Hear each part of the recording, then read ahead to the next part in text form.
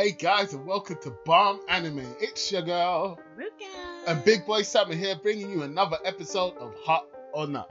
Welcome to this episode of Hot or Not, where we judge anime based on only its first episode. Today, Chronicles of IDHUN is in the hot seat, and we're going to judge the hell out of it. We'll then be back for a part 2 to see if our Hot or Not verdict holds up. Yeah, so we'll be looking at the creativity, entertainment, character development, world building, and execution to tell you if it's hot or not. You know what it is. Let's get right into it. For creativity. So I think it's kind of funny because it's basically an isekai where the other world is Earth. So we have refugee wizards running to Earth to escape their dictator leader, Ashran. The parents, like in so many anime and shows, don't tell the children the truth. This causes obvious problems when the children either start manifesting their powers or the parent ends up getting themselves killed, leaving the children clueless and vulnerable. A very annoying plot device, but it does allow them to tell us what's going on through the protagonist Jack. I prefer to be shown, but we also have the rightful prince who's the leader of the wizard resistance, so I'm anticipating a war. Right, so in terms of creativity, I've heard this before. So many stories have done this. I mean, Star Wars, it's a big, basic story that you can get yourself into. And the fact that you know it doesn't really detract from it. It's actually really good. Entertainment. So the episode concentrates on setting the scene up for the rest of the season. That's the kind of feeling I get from it. So it gives you a lot of information about the world and the characters as well as the powers. Well, some of the powers. Some of the powers. For me, in terms of entertainment, it was really entertaining until there was a lot of talking. Like, show me, don't tell me. But it's a solid plot and it's interesting enough. You get a real emotional connection with Jack and you get a real emotional connection with Alsan. Moving on to character development. So they don't concentrate on developing everyone at once. You get to see that Jack was in denial for most of the episode because he didn't want to confront the fact that his parents died because of his magic, manifesting and tipping off Ashran. But that changes to apparent revenge, it seems. And we see 15-year-old Kurtash. He's extremely strong, he's ruthless, he doesn't seem fazed by killing, but we don't know what his motivations are. And as it stands, we don't really even know who the good or bad guy is, which I like. Then you've got Kurtash's poor, unwanted partner, Elrion. He's more laid back, he doesn't seem to care for killing as much, and I feel like he's someone who's going to be a double agent, or he already is, or someone who's going to switch sides. He seems to hold in what he's really thinking, he's got quite a controlled person. And we're introduced to the other characters, but there's not much development, so I think that this means that they're going to really focus in on developing each character over time. Well, for me, I like the fact that for a very big, significant portion of the story, we're not told anyone's name. We're just shown them fighting. If you want to do character development right, you need to give us motivations. And they did that really well with Jack. No one else. However, they gave the other characters different roles in order to give us a story. So I do like where they're going with it, and it's clearly going to be developed better in the future. So yeah, they did a good job here. For world building, there's really two worlds.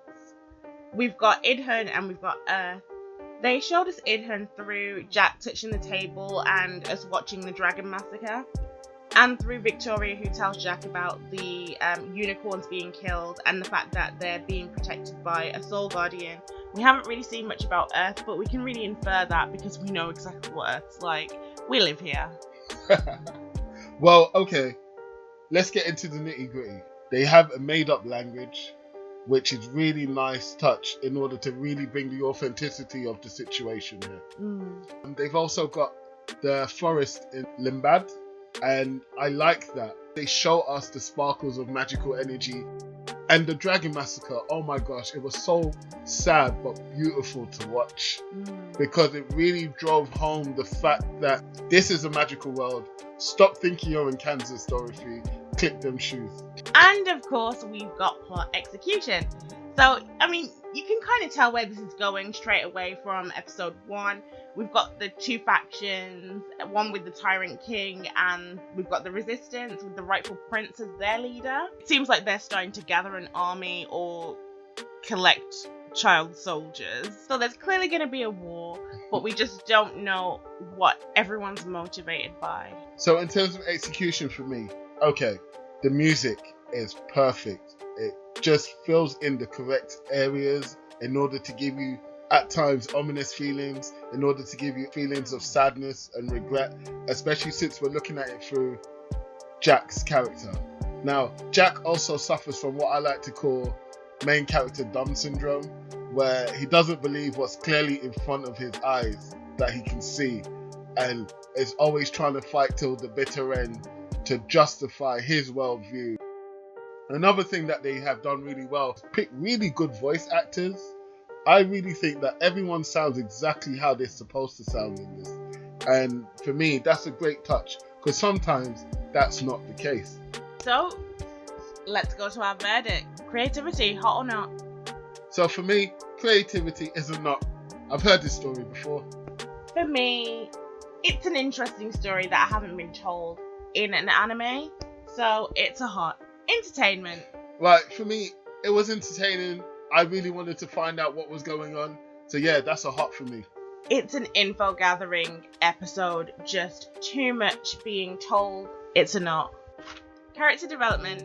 For me, the characters weren't developed enough for me to really get to know them. But I feel like I get to know Jack a little bit more than the rest. It's a not for me. So, to me, the characters seem like they'll be developed a bit at a time, and I really like that. I can focus in on it, unlike anime like Hanabado. It's a hot. World building. I think they did a beautiful job. It's a hot for me. And for me, this is funny. This is our craziest hot or not episode with our responses.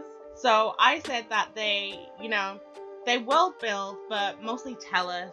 I don't like that. It's boring to just sit there and be told. It's a not. Plot execution. They did a good job. They told me exactly where I needed to go and what I needed to look for, and allowed me to have questions at the end. It's a hot for me. I feel like this is going to just become more and more predictable as we go along. It's a not. We've got ourselves yet another 50-50 toss-up. So I've gone for 2 hots and 3 nots, and Big Boy Sama has gone for 3 hots and 2 nots. So for me, it's a hot, and for you, it's a not. We're going to have to definitely watch the rest of the season to see what we really think and see which one's right. I definitely can't wait to watch the rest of this. Sometimes you just need a feel-good anime, and I think this will be it for me. Something that is easily bingeable. So look out for part 2, where me and Big Boy Sama go head-to-head and find out who's right. Let us know what you think in the comments. And as always, like, share, and subscribe. Tell everyone. Peace.